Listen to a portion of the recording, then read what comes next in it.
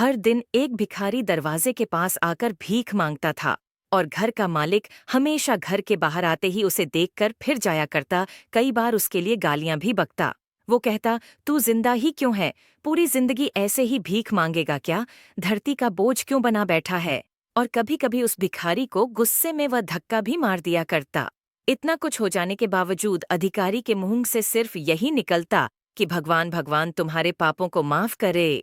एक बार सेठ को धंधे में बड़ा नुकसान होने की खबर मिली। सेठ बहुत परेशान था कि तभी उसके दरवाजे पर वही भिखारी आया। गुस्से में अपना आपा खोते हुए सेठ ने उस भिखारी को पत्थर दे मारा।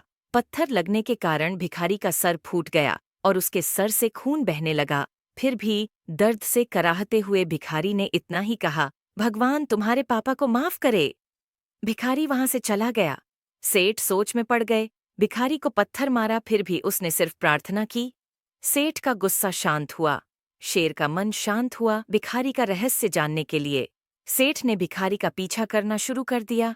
भिखारी जहां जहां जाता सेठ उसके पीछे जाता। सेठ ने देखा कि कोई उसको खाना देता, कोई उसको मारता, कोई अपमानित करता तो कोई गाली देता। लोग भिखारी के साथ चाहे जैसा व्यवहार करते, लेकिन भिखारी सबके लिए एक ही प्रार्थना करता, भगवान तुम्हारे पाप माफ करें। अब रात होने को आई थी। भिखारी अपने घर जाने के लिए लौटा। वो अपने घर पहुंच गया, लेकिन सेठ अब भी उसका पीछा कर ही रहा था। एक पुरानी टूटी हुई खटिया पर एक बूढ़ी औरत लेटी हुई थी। काफी कमजोर और बीमार लग रही थी। वह भिखारी की पत्नी थी। अपने पति को वापस आता देख वह खाट से उठ खड़ी हुई। पत्नी ने अपने पति के भीख वाले कटोरे में देखा, उसमें सिर्फ आधी बासी रोटी थी। उसे देखकर वह बोली, आज बस इतना ही मिला? और हाँ, आपके सिर से खून निकल रहा है, ये चोट कैसे लगी? बूढ़ा भिखारी बोला, आज बस इतना ही मिला, किसी ने कुछ दिया ही नहीं। सबने गालियां दी और एक नए पत्थर भी फेंकना, इसीलिए मेरा सर फट गया। एक गहरी ठंडी सांस लेकर बूढ़ा भिखारी फिर से बोला, यह मेरे ही पापों का फल है। तुम्हें याद है, कुछ सालों पहले हम कितने अमीर थे?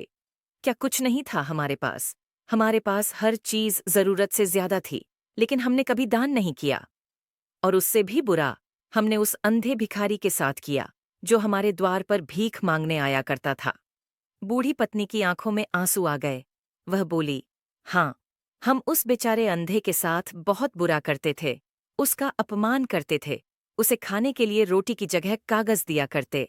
उसका मजाक उड़ाया करते और कभी कभी मारा भी करते। मैंने कभी उसको रास्ता नहीं दिखाए।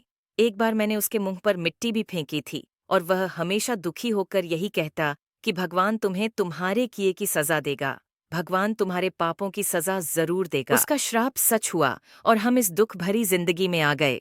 भिखारी बोला, हाँ, उसका श्राप सच हुआ, इसलिए मैं किसी को बद्दुआ नहीं देता। चाहे कोई मेरे साथ कैसा भी बर्ताव करे, मैं हमेशा उसके लिए प्रार्थना करता हूँ।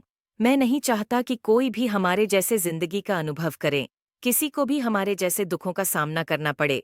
वो नहीं जानते कि वह कितना बड़ा पाप कर रहे हैं, इसलिए अनजाने में हुए पाप की ऐसी सजा किसी को भी मिले मैं नहीं चाहता। सेठ वहीं पर छुपकर यह सारी बातें सुन रहा था। अब उसे सब कुछ समझ में आ गया था।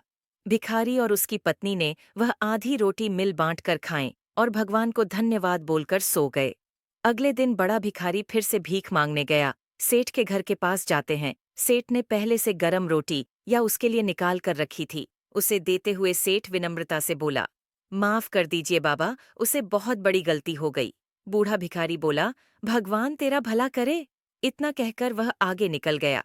इस कहानी से जो सीख लेने लायक है वह बड़ी ही सिंपल है कि आदमी चाहे किसी के बारे में बुरा कहे या भला करे, लेकिन भगवान सिर्फ कर्म के हिसाब से उसको फल देता है।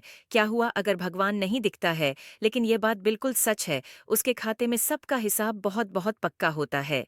इसीलिए जब किसी के लिए कुछ भी करो तो अच्छा ही करो।